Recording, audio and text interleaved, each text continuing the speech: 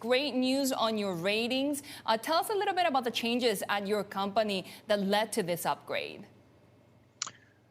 Shery, we're very happy with this acknowledgement by Moody's of our efforts, and there has been mostly progress on the governance side, especially risk and safety governance that they highlight. For example, we've created a new safety and operational excellence office directly reporting to the CEO with a staff of 400 people, very specialized and competent people to oversee, to monitor, to audit, and to challenge the business units in terms of risk and safety. That was very important. We also improved our tailings management governance, because tailings dams on the aftermath of the tragedy of last year, very important. And we now have almost full compliance with the new standards from the ICMM, the International Council for Metals and Mining, Canadian Mining Association. For example, we introduced the Engineer of Record, which is one single external independent engineering company to, again, audit, monitor, supervise independently each of the structures. We have now, for example, also a board committee of specialists committee reporting directly to the board to oversee the dam safety standards. In the environmental side, we're now targeting compliance with the Paris Agreement, which implies 33% reduction on our CO2 emissions by the end of the decade. And we're committing to renewables. Vale is the largest industrial consumer of energy in Brazil.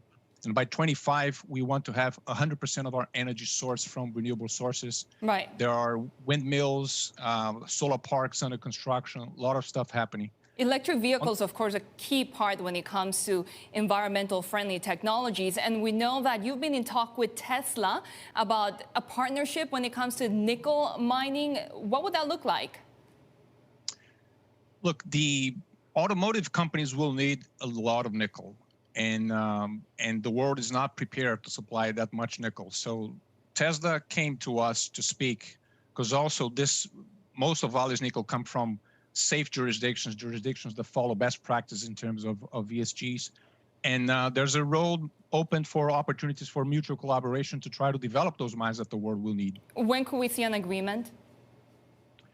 This will take some time yet, because the pinch point where demand for nickel will outstrip supply for electric vehicles will not happen until maybe 3 or 4 years. So when it comes to best practices, how far along are you in your negotiations to close that chapter of the Brumadinho Dam collapse with prosecutors? When could we see a definitive accord? Shery, well, the negotiations are ongoing. It is a long road. In the last case of the last tragedy in Brazil, it took about 2 years for an agreement to be reached. There are multi-parties involved, state governments, federal governments, prosecutors. So it is a long and winding road, and everyone needs to be satisfied with the outcome.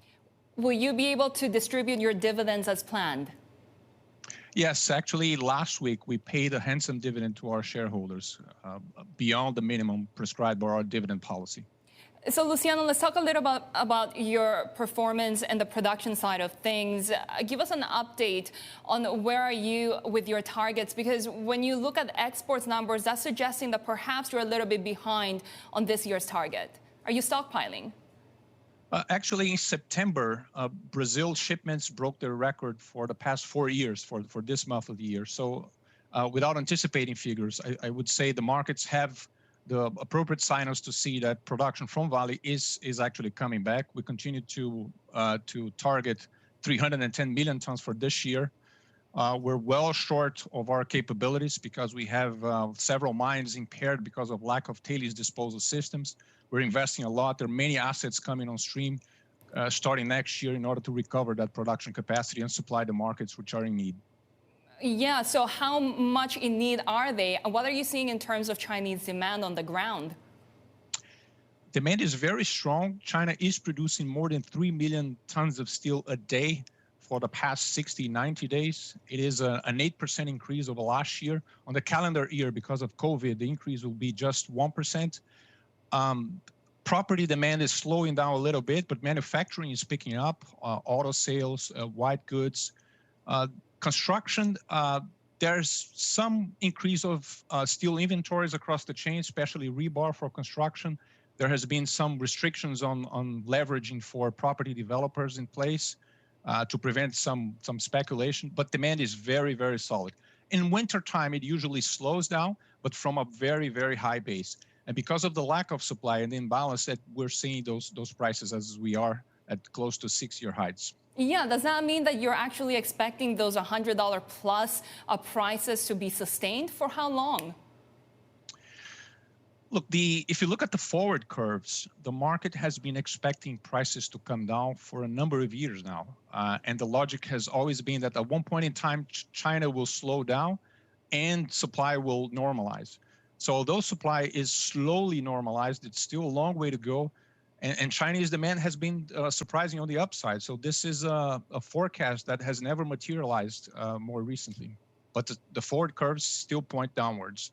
Just quickly, are you still planning to sell your New Caledonia nickel mine? It sounds a little bit strange that with all of this battery demand, you're still trying to sell it or close it down. Unfortunately, we were not able to transfer the mine to let's say a better operator, someone who would be able perhaps to extract more from the asset that we've been.